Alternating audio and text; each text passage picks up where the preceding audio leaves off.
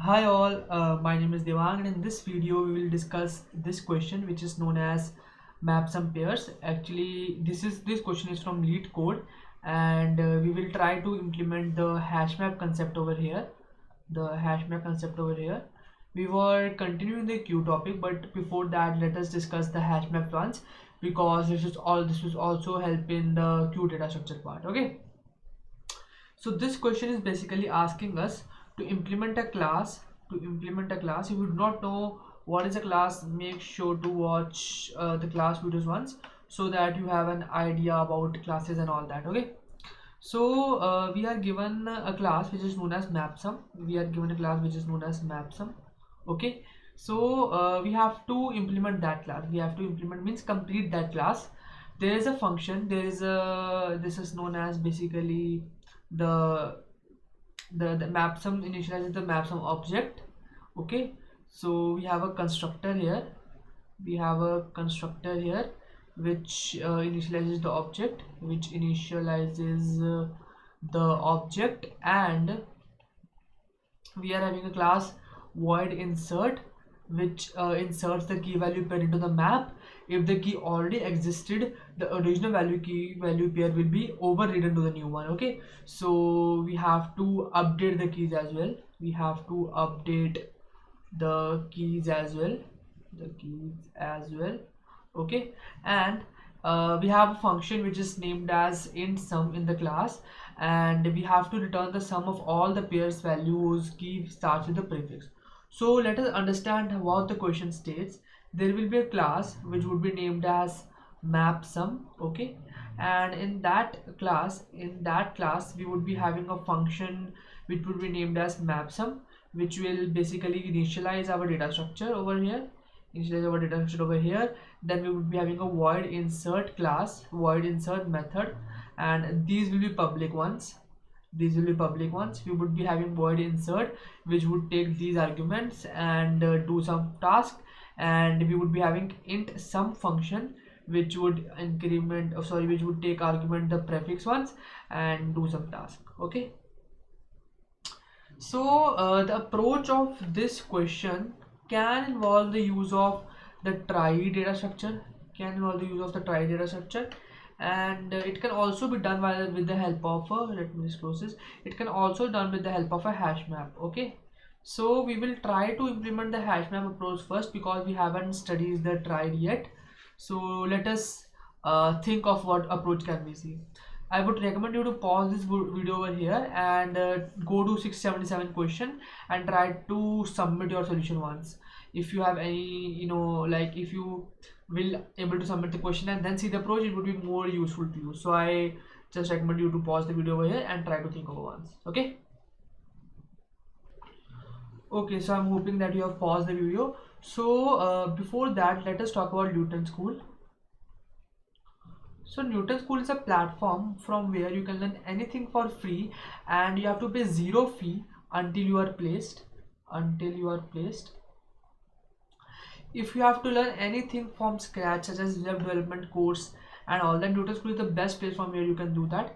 They have a tie-up with among 300 plus companies, so you get an assured package of around 5 lakh to 40 lakh CTC. They have a tie-up with among Unacademy, Zomato, Snapdeal and all that. They have the advanced teachers which will help you to prepare for your placements. Under the Newton School, they have taken an initiative which is known as Launchpad. This course was only possible because of the Launchpad section which is taken up by Newton School to make India developer powerhouse of the world. Now under this section you get various courses. Which are absolutely for no cost, which are absolutely free, rupees zero. And if you do the course from their website, you get a certificate of completion, you get doubt support, and you also get mentorship. So make sure that you just go there and see all the things, and you also get questions and exercises over there which are really important for any practical concept. So let's now discuss the approach of the question. What we will do, there are if we are using hash map approach, there are two options for us to use. One is the hash map which is implemented via a tree. which is implemented via tree, and we have another hash map which is implemented via linked list or array data structure, or you can say that hash function. You can say that it is implemented by hash function. Now, why are there two kinds of the things and why can we use them? Now, if you see in the tree, the benefit of tree is that the things will be in the sorted order. The things will be in the sorted order. Okay, here no manner, no order will be there. But it depends upon the complexity of the question as well. It depends upon the complexity of the question as well. If you see the recent question, the constraints are not too large, the constraints are really small, so both of the things will work. But when the constraints are large, they will create an option, because here insertion, deletion, searching and all that takes log and time, take log and time, and they hit here it take constant time, or you can say that big O of 1. So this is really fast as compared to that of the tree one. This is known as a map, a simple map, or an ordered map. This is known as unordered map. This is known as unordered map. Okay, so we will try to implement the question via unordered map so that our time complexity is reduced to big O of 1. Okay, now let's see what we will do. Firstly, we will create a hash map. We will create a hash map. We will initialize a hash map, and as soon as we get an entry, we will insert the entry into the hash map. We will insert the corresponding entry in the hash map. Okay, like this, the entries will be made. Like this, the entries will be made. Yeah. So let me just draw. Yeah. So once we are asked for the int sum function, once we are asked for the int sum function, and we would be getting a string prefix. Now here is the loophole which I just judged now. The loophole is that this prefix, like what many people will do, they will do, let's say that for every pair, that is there in the map, for every pair that is there in the map, and if let me just write it differently. Let us say string temp is equals to p dot first, right? So if temp dot find m is not equal to string and pause, then add that sum, that यानी कि p dot second add that, plus sum is equals to. Now this approach will fail for some cases. This approach will fail for 10 to 20 cases. For 10 to 20 cases. Why this approach will fail? Now try to understand the code once. I have written temp.find, yani ki string.find the prefix. Now what this function will do? This function will basically search the whole string. Let me write it over here. This function will search the whole string, for a particular pattern, and it will compare it with the endpos, that is the end of the string. So that now what will happen, let's say that you are given the string a b. This is your string in map. This is your string inside map, and the pattern is AB. Now according to the question states that this is the prefix. It means all the words that are starting with AB, A, B, C, D, these are the valid ones. This is not a valid one. But if you use the find function over here, it will be considered. Why? Because find function will take this one AB and give you the positive output, and this function will run and your sum will be incremented. That way you will get a wrong answer. So how should we approach this kind of a thing? Let us try to figure it out. What should we do? We should do manual checking over here. How manual checking? Let us create a sum here. Int sum is equals to 0. Okay. So then let me write the okay. So int sum is equals to 0 and int I. Okay. So bool x is equals to true. I say that initially the prefix is present. The prefix is present. prefix is present, I say this. Okay, I say this. Now what will I do? I will run the loop for every pair that is inside my map. What I will do, if let's say that for, let me just take the string first. String temp is equal to p dot first is equals to p dot first. Now what I will do, I will traverse this string for I is equals to 0, I is less than temp dot size, I is less than temp dot size, and I plus plus. Now here I will put a condition. Let me write it with different color.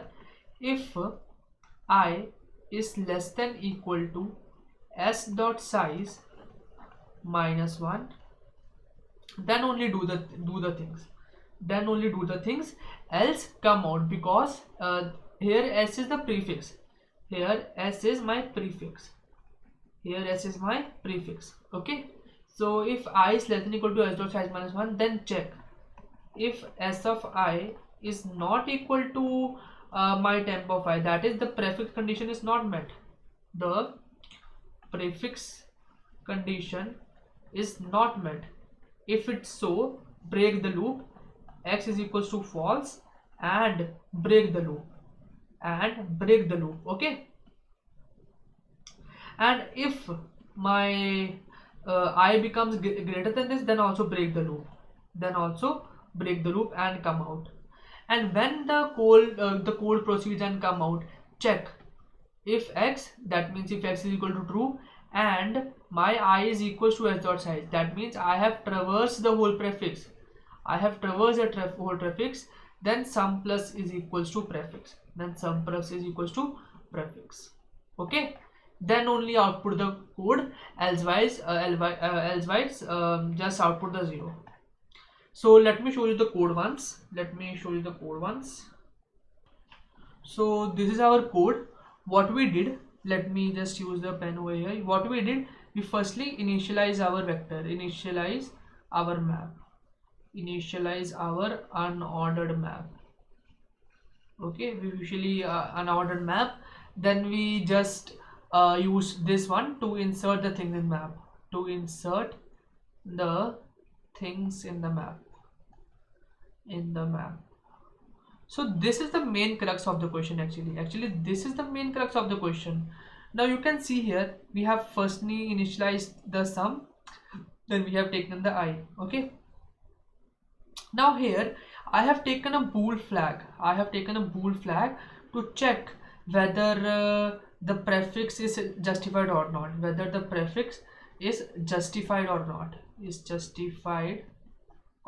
That's why I have taken the bool.